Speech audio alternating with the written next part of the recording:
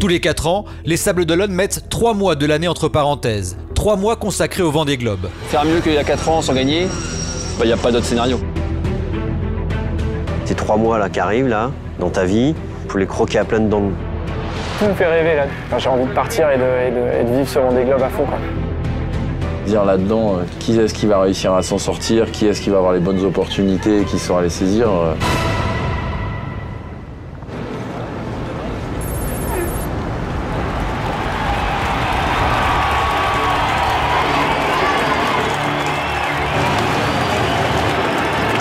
En 8 éditions, ce tour du monde moderne est devenu le rendez-vous incontournable des marins les plus aguerris de la planète. 10 nationalités sont représentées au départ. L'âge des solitaires varie de 23 à 66 ans.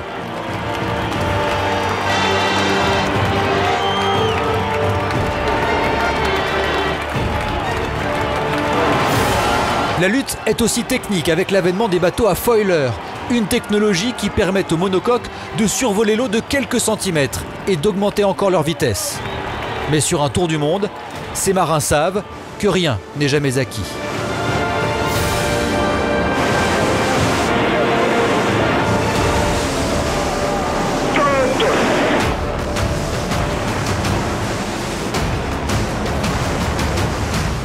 Dès la première bouée, les favoris se positionnent aux avant-postes et déjà les premières avaries. L'Espagnol Didac Costa, victime d'un problème électrique, est contraint de faire demi-tour. Armel Lecléache, deuxième des 2 dernières éditions, n'a qu'une obsession en tête, revenir le premier à bon port. Juste devant, en ce début de course, Alex Thomson est lui aussi déterminé. Le Britannique veut devenir le premier étranger à remporter cette épreuve. Mais l'Anglais commet une erreur tactique. Il empanne pour éviter une dorsale anticyclonique installée à la latitude de Gibraltar.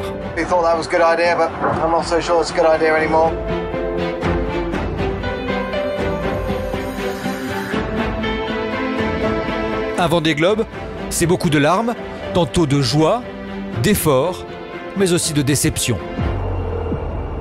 Voilà, le mât s'est cassé, là, qui a entraîné une deuxième rupture et...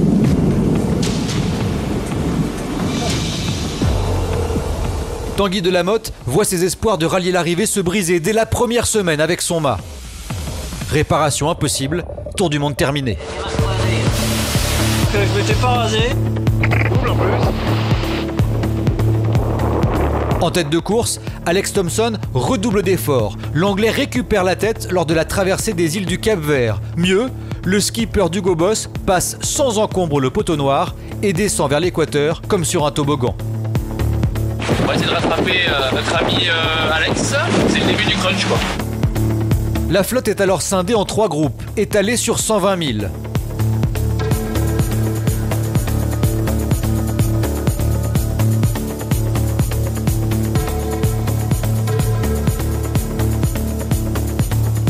Le poteau noir ne sera pas aussi clément pour tout le monde.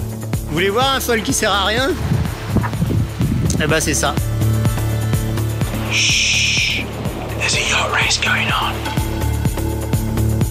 Pas un souffle de vent depuis hier soir, pas un souffle. C'est comme ça, 48 heures. I'm coming. Le skipper japonais Koichiro Shirashi vit son baptême du feu sur son premier Vendée Globe. D'abord sa voile et un peu plus tard son mât auront raison de ses espoirs. Bertrand de Broc vient grossir la liste des abandons. Sa légende est née d'un autre Vendée Globe, lorsqu'il s'était recousu, seul, la langue. Cette fois, il ne peut rien face à un problème de quille. Morgan Lagravière aussi doit renoncer. Ça s'arrête un peu brutalement, mais il faut l'accepter, et puis ça fait mal, mais il faut rebondir, penser à autre chose, et puis voilà, c'est un jeu, c'est une course, c'est pas la vie, quoi. 13e jour de course, Alex Thomson est victime d'une avarie, la perte de son foil tribord. Son bateau est diminué, mais sa motivation reste intacte. Le safran s'est relevé, je suis monté sur le pont pour essayer de régler le problème, et là j'ai réalisé que le foil tribord était cassé. Il ne restait que quelques centimètres qui dépassaient du bateau et qui me ralentissaient, mais je ne pouvais rien faire. À un moment donné, je vais devoir aller sectionner ce qui dépasse. Et je dirais qu'il m'en reste quand même un de l'autre côté. Le skipper d'Hugo Boss est toujours en course, tout le monde n'a pas cette chance. Parfois, Un OVNI, objet flottant non identifié, ajoute à la difficulté. C'est le cas pour Vincent Rioux, qui menait la vie dure au foiler avec son bateau à coque classique. Le skipper de PRB doit rendre les armes. Il bataillait pourtant aux avant-postes depuis le début de la compétition. Devant, le duel entre Thompson et Lecléache prend des allures de record. Le Britannique améliore de 5 jours le temps de passage du Cap de Bonne-Espérance, réalisé en 2012. Mais où va le monde? Ben moi, j'en fais le tour. Et c'est extraordinaire.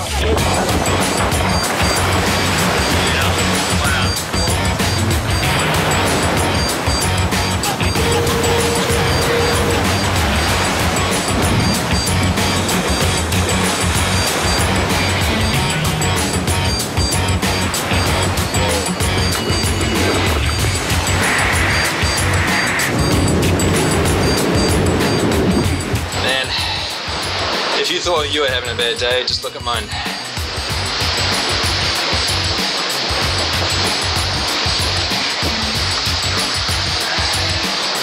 There is a way out of this, but man, I really wish we hadn't done this. Here we go.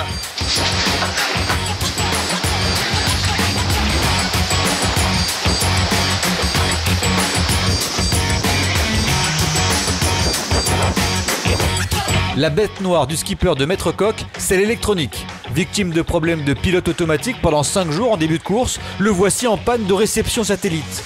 Alors 5e au classement, Jérémy Bayou doit naviguer autrement, pour ne pas dire à l'ancienne. Moi je pensais qu'il y aurait 20-23 nœuds et puis au final il y a des rafales à 30. Et les rafales, voilà, il faudrait avoir une photo sat, il faut les anticiper, ça je peux pas faire. La tête de course arrive au Kerguelen, archipel des terres australes et antarctiques françaises au sud de l'océan Indien. Armel Lecléache vient de récupérer la tête de course lorsqu'il trouve de la compagnie au milieu de nulle part, un hélicoptère. Bord populaire de l'hélicoptère Egos pour contaction. Ils ont populaire. Au nom de la frégate Nivoise, on présente tout notre respect pour tout ce que vous êtes en train d'accomplir pour cette magnifique course. Bientôt 1 mois que le Vendée Globe est lancé. Le passage dans les 40e rugissants met les hommes et le matériel à rude épreuve. Les conditions de mer et de vent sont terribles. Ambiance 40e, rugissant à bord de Pitcairn. On est finalement dans la dépression qui nous a rattrapés et ça a vraiment été difficile là, les 24 dernières heures. J'ai hâte que ça se calme un peu pour pouvoir me reposer un peu plus. Parti en survitesse, le bateau de Sébastien Josse tape dans une vague. Le foil bâbord est endommagé. Les risques sont trop importants dans une mer qui propose des creux de 7 mètres. C'est l'abandon. C'est pas évident de s'arrêter parce qu'on y consacre beaucoup d'énergie, beaucoup d'investissement et on est là pour la compète.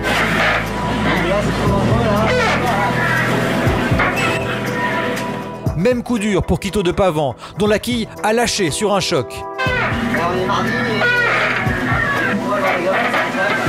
C'est son 3e abandon en 3 éditions.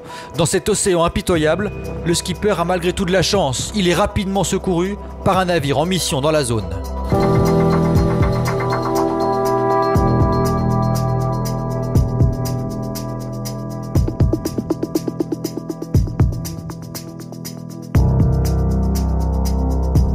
Au 37e jour de course, Lecléache, Thompson, Meillat et Bayou sont déjà dans le Pacifique Sud. Sur la route du retour, mais une énorme tempête risque de redistribuer les cartes des poursuivants. Face à ce gros temps, Eliès, Dick et Lecam choisissent des options radicalement différentes. Jean Lecam ralentit l'allure en restant dans le sud. Jean-Pierre Dick compte passer par le détroit de Bass entre l'Australie et la Tasmanie. Yann Eliès, lui, reste au centre. Cette option sécurité coûte 500 000, presque 1000 km à Jean-Pierre Dick. Mais le skipper de Saint-Michel-Virbach revient à toute vitesse par le nord-ouest pour déborder Yann Eliès et s'emparer de la 5e place. La 7e semaine du Vendée Globe est marquée par de fortes dépressions et de nouvelles avaries. Stéphane Le Guéraison en fait les frais. Massectionné, il se confectionne un gréement de fortune et met le cap sur l'Australie. Joli gréement de fortune dont je suis très fier. Un autre jeune skipper qui lui aussi avait réussi à surmonter les avaries depuis le début de course doit renoncer. Thomas Ruyant arrête son Vendée Globe. La violence du choc. J'ai encore des frissons, rien qu'y repenser. J'en ai eu des galères. Hein. J'ai eu mon lot de galères. Alors celle-là. Le skipper a gagné le respect de ses pairs.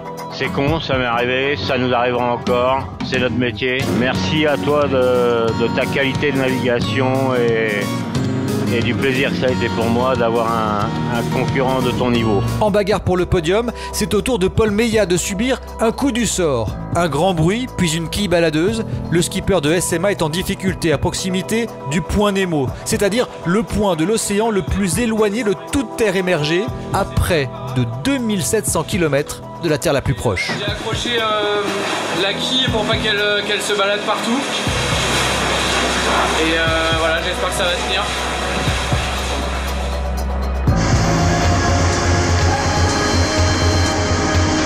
Après 47 jours de mer, Armel Lecléache double le Cap Horn, toujours poursuivi par Alex Thompson. The famous Cape Horn! Woohoo! That was Cape Horn. Joyeux Noël à tous. Noël dans l'Indien. 40 nœuds de vent. Joyeux Noël!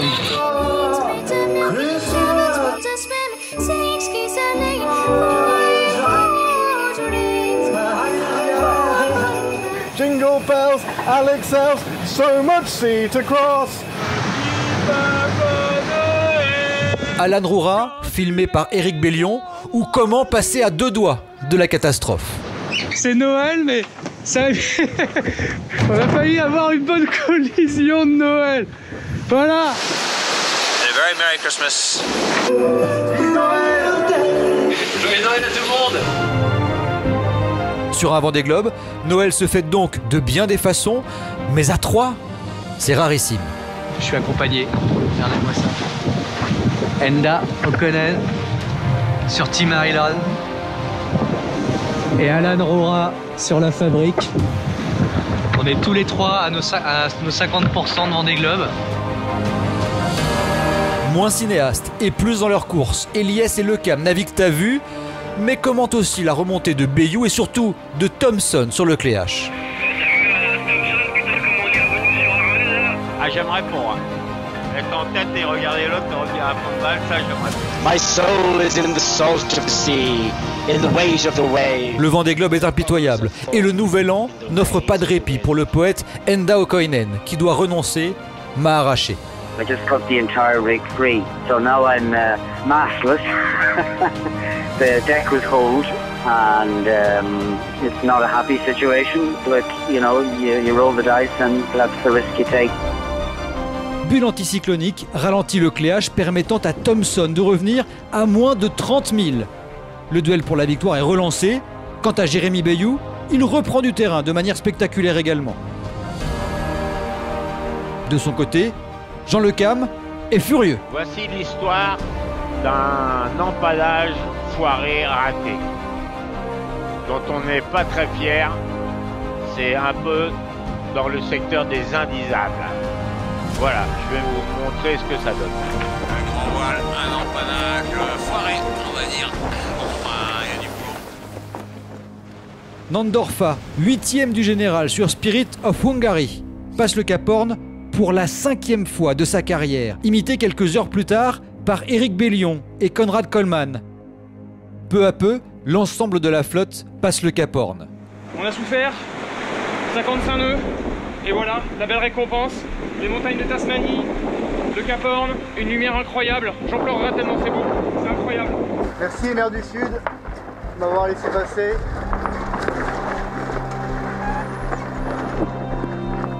À la sortie du poteau noir, Armel Lecléache compte 200 000 d'avance sur Alex Thompson. Loin de baisser les bras, le skipper d'Hugo Boss bat le record de vitesse sur 24 heures avec 537 000 nautiques parcourus, soit environ 995 km.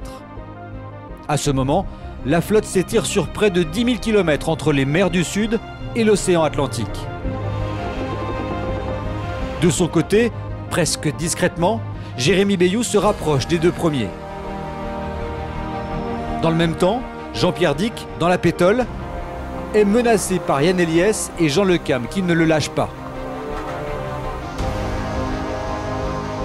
Alors qu'Alex Thompson s'est rapproché à moins de 40 000 de Banque Populaire, le virage à tribord vers les Sables d'Olonne est décisif. Armel Lecléache conforte ainsi sa première place. Il ne sera plus rejoint. Deuxième en 2008 et en 2013, le skipper breton fait triompher Banque Populaire 8 et offre au Vendée Globe un nouveau record. L'arrivée de Banque Populaire, vainqueur du Vendée Globe 2016.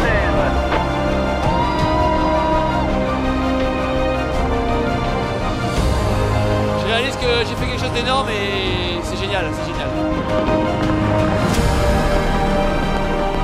Armel Lecléache remporte ce 8e Vendée Globe au prix d'une passe d'armes mémorable avec Alex Thompson. Le Britannique coupe la ligne un peu moins de 16 heures après le Français.